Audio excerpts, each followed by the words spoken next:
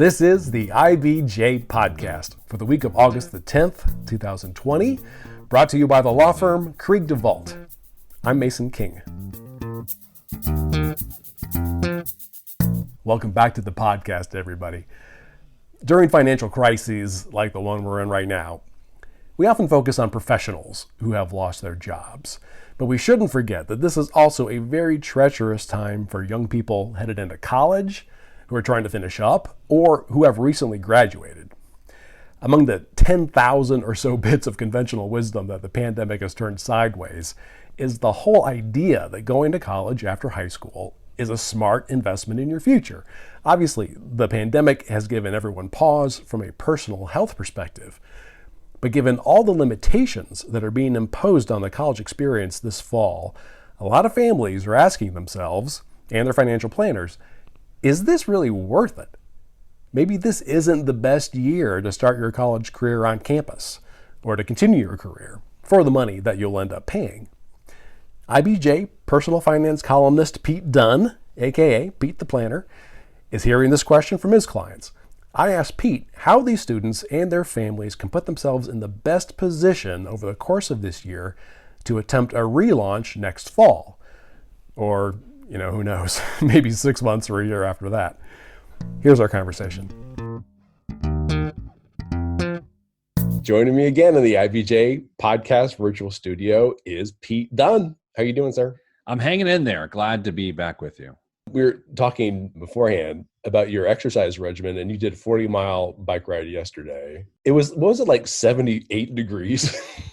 No, I did it at like 6:40 in the morning. So Oh, wow. it was like 55 degrees or something like that. So, I didn't sweat too much. I'm a ginger, so you got to be sensitive to the sun.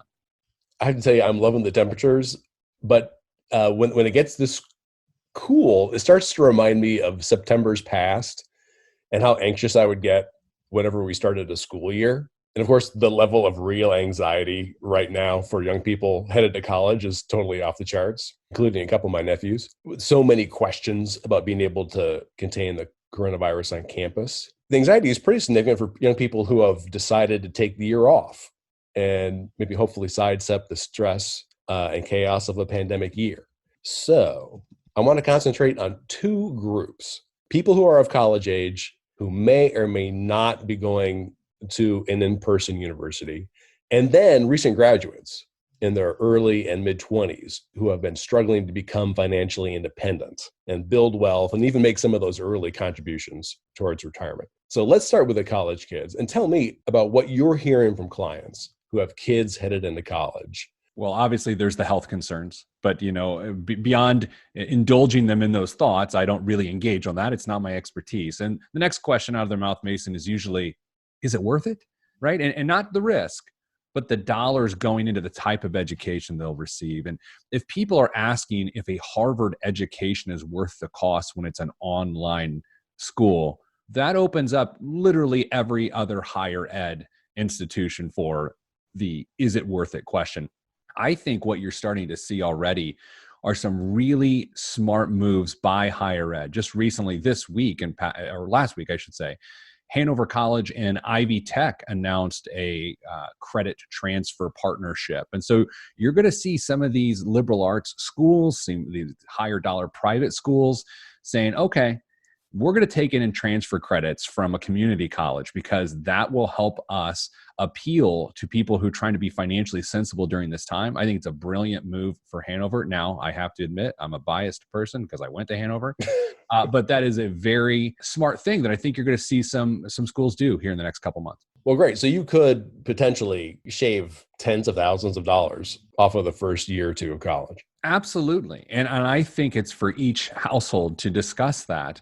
I'm never going to give a blanket recommendation like everyone needs to go to community college this year and then transfer their credits in, because it's just not right for everyone based on their career aspirations and the field of study they're in. I do think, however, that a student that maybe get a general studies degree or doesn't exactly know what they want to do yet, of course, community college makes a lot of sense this year. I was never, admittedly, a gap year makes sense. Once you find yourself free, I'm not that guy. But you know what? I think this is the time when a lot of silly rules that people like me make need to be broken. And so I think a gap year can make sense. I think a gap year off campus and going to a community college or online education in an inexpensive way makes sense. I know my higher ed partners and clients don't necessarily like hearing that, but you asked for what I think, and that's what I think. My first year of college was an embarrassment. I mean, I was embarrassed to go home. I couldn't believe that my parents paid for what I had just done. And I took a gap year, and it actually did help quite a bit. Yeah, look, my first semester of college, I believe I obtained a 2.3% or 2.3 grade point average. I called it a percent. That's how bad I was. It's not a percentage, everybody. Yeah. And so look, why take an already difficult circumstance, which is the first semester of your college career, and make it harder with all of these circumstances? Oh, and then of course, Mason, let's not forget, because I set it aside at the beginning, but it is the topper. It is always the topper, the health risk associated with it. Now, one assumes that, okay, if you're taking classes online for your first year, you're probably staying with mom and dad. What should those families be doing to improve their financial situation headed into, hopefully a year when you can go back to college? Is there some way that they can be better situated for when they eventually end up on campus? Yes. And I think, you talk about in dark times, where does opportunity exist? I think people in this situation have a giant opportunity. And we're going to get to the college grads in a second who are cohabitating with their parents. But in this situation, you have to understand there's not going to be much of a social life. I mean, the whole social scene is dead. Even as an old guy sitting here saying this, it's just true that your bars are closed. You can't really do a whole lot of stuff. So that's one thing. You're trying to get this 18, 19-year-old to understand that their living expenses cannot exceed their source of money. And if you're living off of student loans and you're living at home, going out and spending that money doesn't make a lot of sense. The fact that you're cutting room and board expenses makes a tremendous amount of sense. And that's what's great.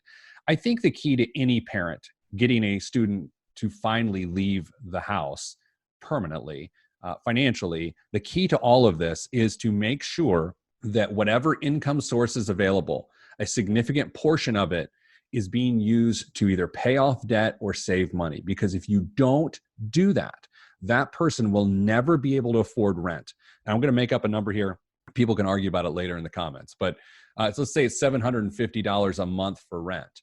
And there is a source of income, loans, or even a working person who's got a lower wage job than they want. If $750 when they're living at home isn't going towards something like getting out of debt or saving money, that child will never leave home, because that $750 reflects and represents the flexibility to afford rent and to afford living on their own. And I think that is the focus. That should be the focus for parents who are having their college-age kids live with them, or parents who are now housing their recent college grads. One more thing that you mentioned in a previous conversation was that some families are trying to negotiate with colleges on tuition and room and board. How do you negotiate with a college?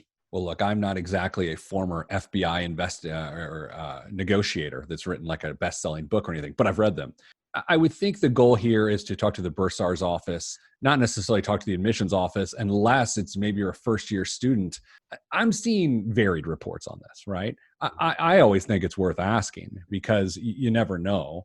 And you're not trying to make up a sob story or to tell a lie or anything like that. I feel like that's the ugly part of negotiating. But I think, Mason, you can call up and say, look, my student will not be living on campus. We've chosen to commute. We have seen already, and I've read articles about this, that even if you're commuting, some schools are not lowering room and board costs if you choose to commute for safety reasons, which I think is a little on the nose. I wouldn't necessarily do. But here's the thing. These colleges and universities are in a pretty big bind. You're already seeing a lot of layoffs in higher ed. So you've got fewer kids on campus because of this. You've got layoffs because of this. It's not a stretch to say the quality of the education will be affected by that. And Mason, I also don't think it's inappropriate to make that statement. It is understandable. The colleges and universities are not the bad guys in this. This is not adversarial. That's not what's up right now. But it is about families fighting for the financial future of their students. Okay, let's take a quick break to hear from our sponsor. This is the IBJ Podcast.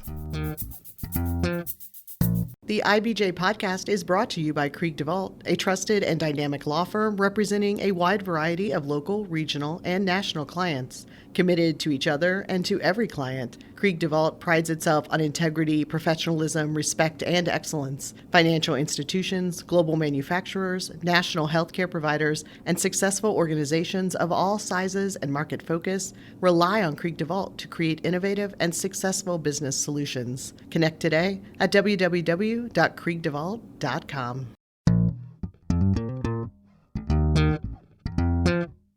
All right, we're back with this week's edition of the IBJ podcast. I'm talking with Pete Dunn, aka Pete the Planner, about college students and recent graduates whose lives have been interrupted by the pandemic. Now, let's look at the recent graduates. Let's say you have a young person at home. He or she is now looking for work in their field where they have their degree. Obviously, the job market is very tough. First up, is it okay to live at home while you're looking for a job? In this environment, 100% yes. Yep. In fact, creating a second household with no income source is violently irresponsible. Should they try to get some kind of job while they're looking for a better job in their career field? Or should they, wake up at 10 a.m. every morning, go on Indeed.com or Monster.com, if that still exists, and look for a job for a while and then take a walk? That is the $45,000 question. And the reason is because the clock is ticking. It's already August. And so if you say, well, what's at risk if a person keeps looking for their dream job? Like how long can they do that? Well, there's a couple ways to look at it. Number one, at the end of the year of the calendar year here in 2020, you'll have a new flock of mid-semester graduates or mid-year graduates, I should say, that then flood the job market for the same jobs. And then the nightmare scenario, which certainly affected people 2008 and 2009, Mason, is you make it all the way back to April and May when you've got a whole new flock of graduates going to find a job. So there's a couple ways to look at this. Number one, if you're a college grad right now, you graduated in May, you're trying to figure out where you can get a job because your field's not hiring, your student loan payments, the grace period ends in January. You're going to have to start paying back your student loans. And if you don't, you can go into deferment and all these other things.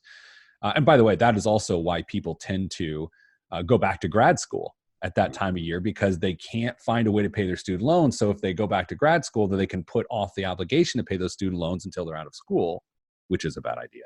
But then they're getting more student loans. Well, yeah, absolutely. What's weird is in 2008, 2009, one of the strange bad trends was because for-profit colleges were so popular then that there was, I don't want to say inducement because that sounds too much like a legal term. They were suggestions from admissions offices of for-profit colleges of students that just enroll for classes just so they could get a pool of capital, student loans, to live off of with no intention of actually getting a degree. I don't think that's going to happen this time around, but it was wildly popular in 2009, the spring of 2009.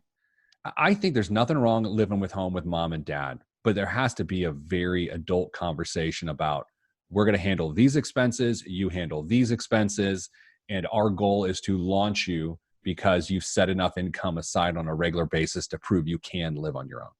Right. So you need to make an adult budget.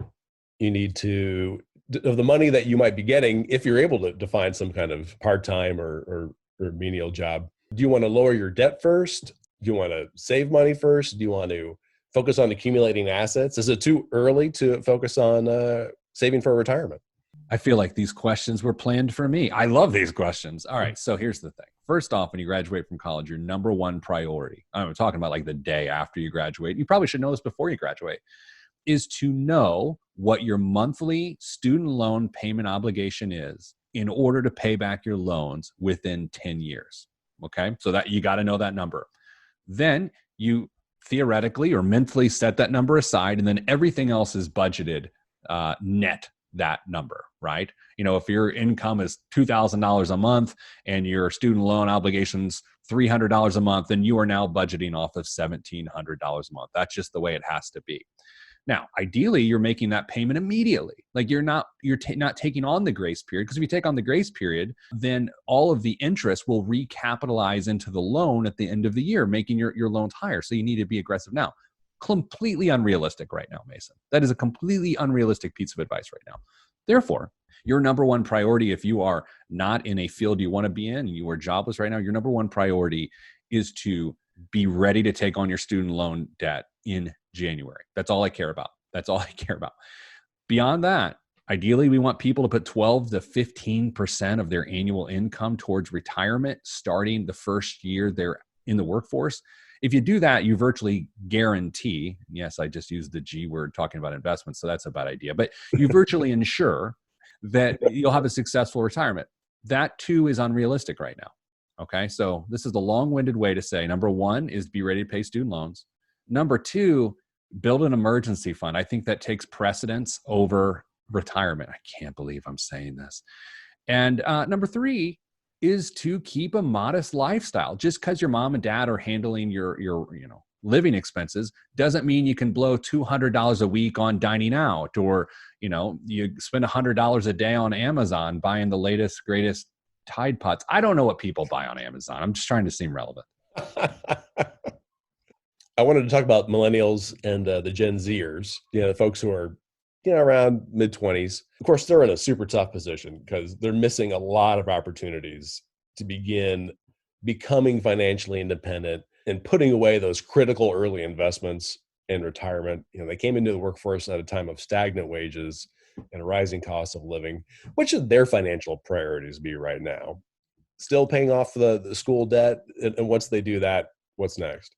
That should ideally be their job, their focus, on top of trying to have an emergency fund. I think that, as we've talked about on your show here before, the difference in America right now are the people who entered this period of time with stability and the people who entered it without stability. So stability really is the key. And the easiest way to think about stability is 3 months expenses set aside. And I know when I say that, it sounds out of touch. Like, oh, hey, snap your fingers and now have 3 months expenses. But what it really means, Mason, is that if you get a stimulus payment, if you have unexpected money coming to you, your number one priority is stability. Therefore, set it aside. It's not, in my opinion, your obligation to stimulate the economy by buying something if you don't have stability, because it will whipsaw on you and you will find yourself in trouble. There was a survey or a research project, whatever, that came out in the last week or so with Edward Jones and an organization called AgeWave that studies financial habits. And it said that millennials and Gen Z are twice as concerned about how this pandemic is going to affect their finances as boomers are. Which is understandable, right? Because baby boomers have had the chance to build home equity, which is, a great security blanket. They've got investments they could theoretically just withdraw or borrow from. And I would also note here that from a mental health standpoint, I think younger generations are more willing to admit their vulnerabilities, to talk about them, and to acknowledge their feelings, which is a very good and healthy thing. So just the idea that millennials and Gen Z acknowledge their vulnerability, it's the old 12-step thing. I mean, admitting that there's a problem ahead of you, I think is really important, because honestly, we deal with people of every income level. I see a lot of boomers who have yet to admit their financial vulnerability, and that is their biggest weakness.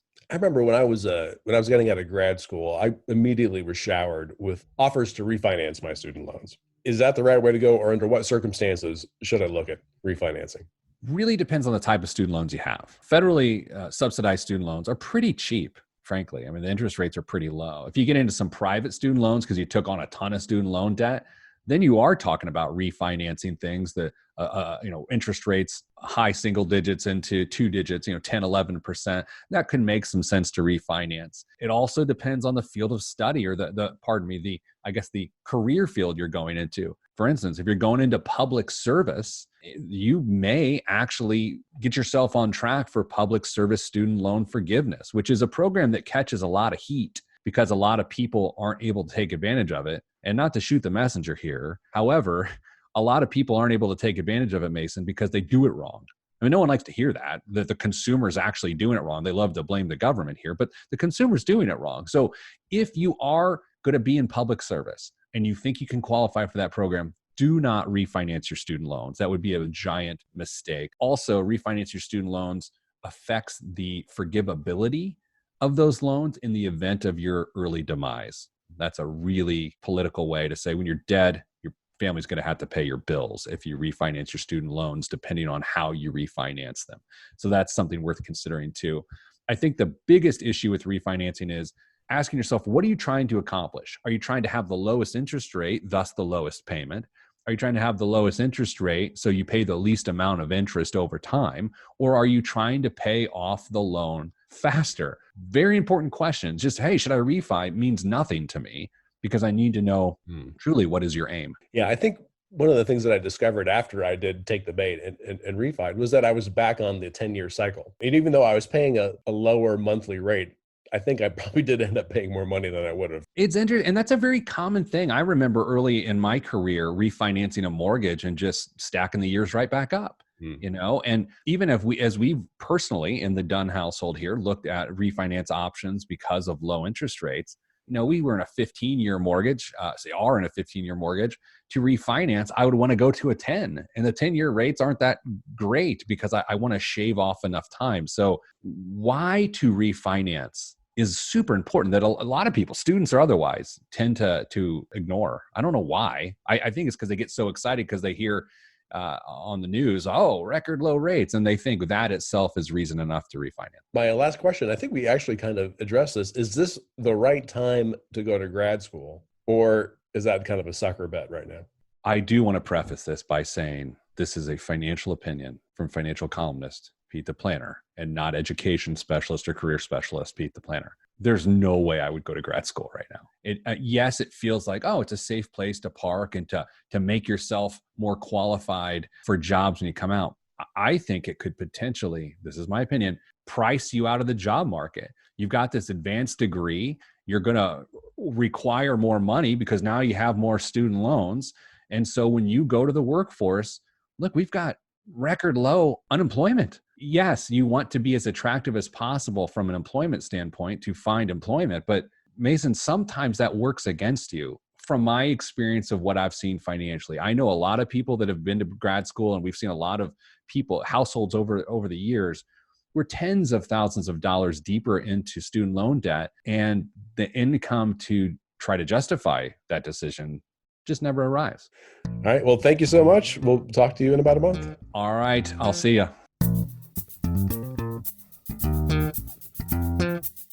My thanks again to Pete Dunn.